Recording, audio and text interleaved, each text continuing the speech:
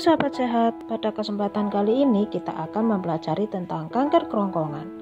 Kanker kerongkongan atau kanker esofagus adalah pertumbuhan sel ganas yang terjadi di kerongkongan atau disebut juga dengan esofagus. Esofagus merupakan saluran yang mengalirkan makanan dari mulut ke lambung. Kanker ini bisa dialami oleh semua orang, namun lebih banyak dialami pria yang berusia di atas 40 tahun. Sel kanker ini biasanya berawal dari sel yang berada di bagian dalam kerongkongan. Pada awal kemunculan, kanker esofagus jarang menimbulkan gejala. Gejala biasanya baru muncul saat kanker sudah mencapai tahap lanjut. Gejala-gejala yang timbul diantaranya nyeri ulu hati, nyeri di tenggorokan atau di belakang tulang dada, batuk kronis yang terjadi terus-menerus, sulit menelan, penurunan berat badan secara drastis, batuk berdarah atau muntah darah, dan BAB berdarah atau berwarna gelap. Penyebab kanker esofagus belum dapat dipastikan. Namun, kanker ini diduga muncul karena sel-sel di dalam kerongkongan mengalami perubahan atau mutasi genetik, sehingga tumbuh secara tidak normal dan tidak terkendali. Sel abnormal tersebut menumpuk hingga membentuk tumor di dalam kerongkongan. Meskipun penyebabnya belum diketahui secara pasti, ada beberapa kondisi yang dapat meningkatkan risiko seseorang mengalami kanker esofagus. Di antaranya, yang pertama, kebiasaan merokok. Kandungan racun dan senyawa berbahaya pada rokok dapat menyebabkan iritasi pada lapisan esofagus, sehingga meningkatkan risiko terjadinya kanker esofagus.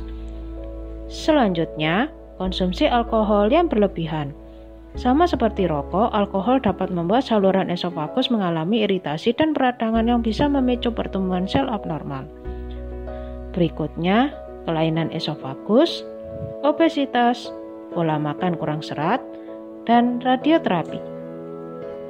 Setelah memastikan keberadaan sel kanker melalui endoskopi dan biopsi, tim medis dapat melakukan pemeriksaan lain untuk mengetahui stadium dan penyebaran kanker.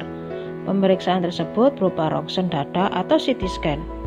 Stadium yang dimaksud diantaranya terdiri dari beberapa stadium, yaitu stadium 1. Pada stadium ini, kanker masih dalam lapisan esofagus dan belum menyebar ke jaringan sekitarnya seperti kelenjar getah bening.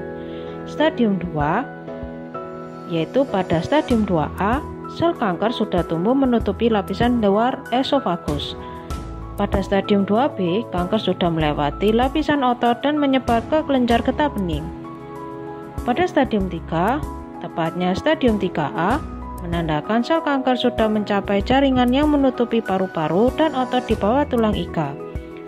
Untuk stadium 3B, menunjukkan sel kanker sudah tumbuh menutupi lapisan luar esofagus dan menyebar ke lapisan kelenjar getah bening di sekitar kerongkongan. Sedangkan pada stadium 4, menunjukkan kanker sudah berada pada tahap lanjut dan sudah menyebar ke organ tubuh lain termasuk hati dan paru-paru.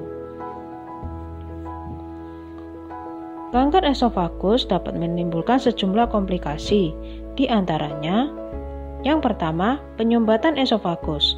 Kanker esofagus dapat menyebabkan diameter esofagus mengecil sehingga makanan dan minuman akan sulit melewati esofagus. Selanjutnya, nyeri di sekitar leher. Kanker esofagus sudah mencapai stadium lanjut dapat menyebabkan rasa nyeri di bagian leher dan sekitarnya. Berikutnya, pendarahan esofagus. Pendarahan pada esofagus akibat kanker biasanya muncul secara bertahap, namun bisa juga muncul secara tiba-tiba. Dan yang terakhir, komplikasi setelah operasi.